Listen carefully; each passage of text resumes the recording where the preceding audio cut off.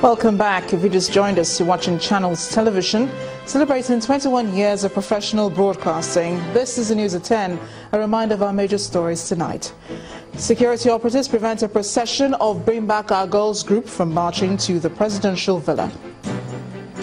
Lassa fever resurfaces in Asaba, the Delta State capital. Health authorities confirm the death of a medical doctor. The federal government seeks the support of Islamic Development Bank towards attainment of financial inclusion and economic diversification. And the U.S. Secretary of State John Kerry begins a tour of African countries with visit to Kenya. He's expected in Nigeria tomorrow.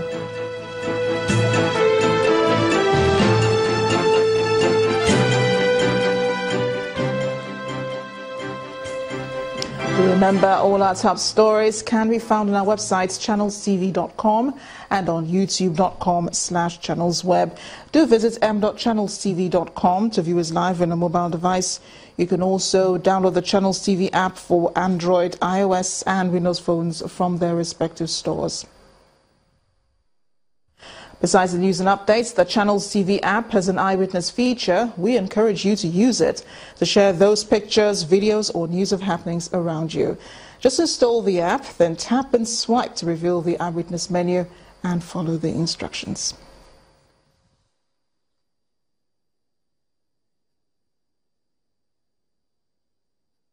Airtel, the smartphone network.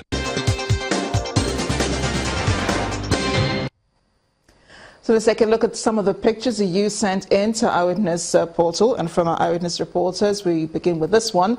It's the picture of an accident which our Eyewitness reporter says happened earlier today at the Oworoshoki area of Lagos State. He says the accident involved two buses. Many people were injured, but thankfully no life was lost. He wants road users to be more careful. Still in the southwest is a disturbing picture sent in by an Eyewitness reporter showing a portion of Songo Bridge in Ota, Ogun State at breaking point. He wants the authorities to urgently address the situation to avert a tragedy. To Delta State in the south-south, where our Eyewitness reporter sent this image of two sides of a community divided by a river. He says there is a long-standing controversy on whether to build a bridge there or operate a ferry. He wants the issue resolved quickly. Still in the south-south, we have this picture of a gridlock on the much-dreaded Calabar-Itu Road. Our Eyewitness reporter is begging the federal government to ease the plight of the road users. Finally, we have this picture from the Middle Belt, Benue State to be precise. Our Eyewitness reporter wonders why this road will be left to deteriorate this much and calls for federal government's attention.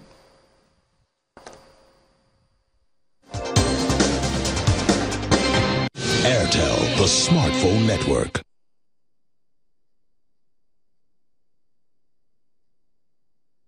The immediate past Attorney General and Commissioner for Justice in Ondo State, Mr. Eyitayo Jegede, has emerged a flag bearer of the McCarthy-led faction of the PDP to contest forthcoming governorship election in the state. At the faction's primary election held in Akure today, Mr. Jegede polled 760 votes to defeat Mr. Sakalawal, who scored 22 votes. The election, which was conducted by the chairman of the Electoral Committee and Governor of Bayelsa State, Mr. Seriake Dixon, was observed by INEC officials, security personnel, journalists and various observers. 840 delegates from 203 wards participated in the election of the flag bearer.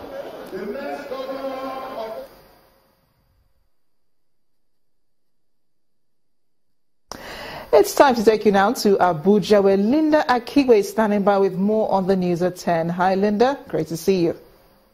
Hello, Amarachi.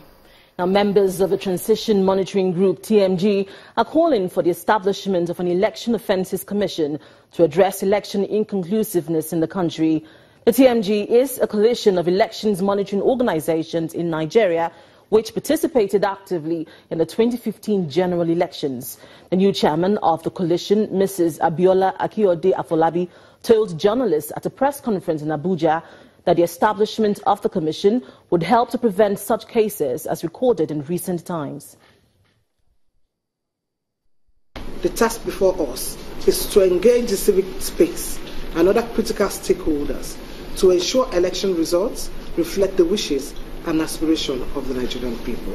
One major concern to the polity is the recurring problems of inconclusive elections, which TMG is poised to work with other stakeholders to address, so that subsequent elections are duly concluded. I'm aware that of recent, the chair of INEC had raised this concern and also talked about the likelihood of 2019 to have inconclusive elections. This task become much more urgent given the recent statement by the electoral umpire. While it is true that there are chronic issues like problems of insecurity in the electoral space, which has been largely responsible for the inconclusiveness of recent elections, INEC has an important role to play if we must address all inconclusiveness in the electoral process. We are therefore calling for an Electoral Offences Commission to address electoral impunity. And if you recall, the Uwais report actually came out clearly saying that the best way to address electoral impunity in Nigeria is for us to have Electoral Offences Commission. We have an electoral law that deserves review. There is impunity in the system which we must never be tired of mobilizing Nigerians to reject. The youth in Africa are not only eager to take over governance on the continent, they also have what it takes to govern efficiently. This is according to the Liberian Vice President, Mr. Joseph Boakai, who has challenged African leaders to get younger people involved in the process of governance. Mr. Boakai, who declared open the election of the first set of the Save Democracy Group African Youth Parliament in Nigeria, says African leaders must stop the trend of irresponsible governance that forecloses opportunities for the youth. Our correspondent Omelogo Nadi reports.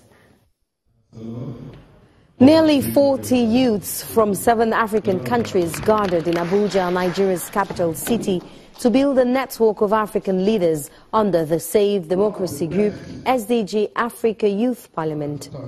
This new network of African youth leaders is in support of the Liberian Vice President's call for the grooming of the youths in Africa, saying their involvement in politics only to bring older leaders into power is no longer enough. There are young people who are yearning to find space that ought to be given a chance. We, the elders, must be willing to take the risk to jumpstart them. We have to help them, to build a confidence in them, to give them responsibility, and that's what we have done. Africa needs transformation and change, and the present crop of leaders say recycling must stop now for a virile future. Africa is tired of having recycled leaders. It is time to change and join the rest of the world in having the youth contributing actively in deciding the type of future they would want to live in. As of today, the Parliament has 80 members from 7 countries, including Nigeria, South Africa, Kenya, Ghana, Tanzania, Uganda, and Angola.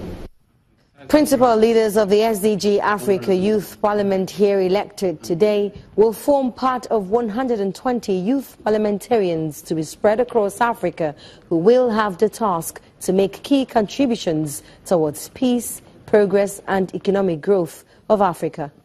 Omelogo Nadi, Channels Television News.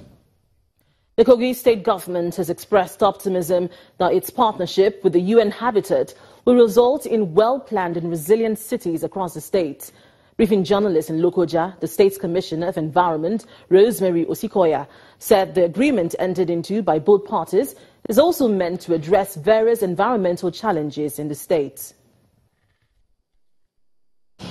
Lokoja, the capital of Kogi State, Nigeria's first administrative headquarters. But in spite of the enviable heritage, not much can be seen in terms of infrastructure development. As part of the agreement signed in 2013 between the UN Habitat and the past administration to develop its cities, the present administration is taking up the responsibility to develop 4 cities. the Kogi State design stage, and then we have various stakeholders and members of the community. This is the thrust of the explanation being offered by the State's Commissioner for Environment. 4 structural city plans were considered, and those were developed, presented to the State Executive Council and to the people of Kogi State. Funding those 4 structural plans is another matter. How do we assess the much needed infrastructural funding is again one of the reasons why we are having this press briefing today. Public places in Lokoja are not well protected. They've not been well managed over the years, and the government would like to see a change of that fortune. The director of the Regional Office for the Africa UN Habitat emphasized the importance of sustainable urbanization. You remove inequalities in cities where you have people living across divides of rich and poor. You want to generate a city that is not a formation of slums, which is what we have seen in many of our even much richer cities. You could provide for infrastructure, you could provide for inclusive growth in ways that 70% of our people, as it is now in some places, are living in slum conditions. If the terms of the MOU with the UN are implemented effectively, it would expectedly work to make Kogi a more productive state with an improved standard of living for its residents. And still ahead on the news at 10, Bureau for Public Service Reforms outlines fine-tuning of ministries, departments and agencies of government under the Buhari administration. As some business news, join us again.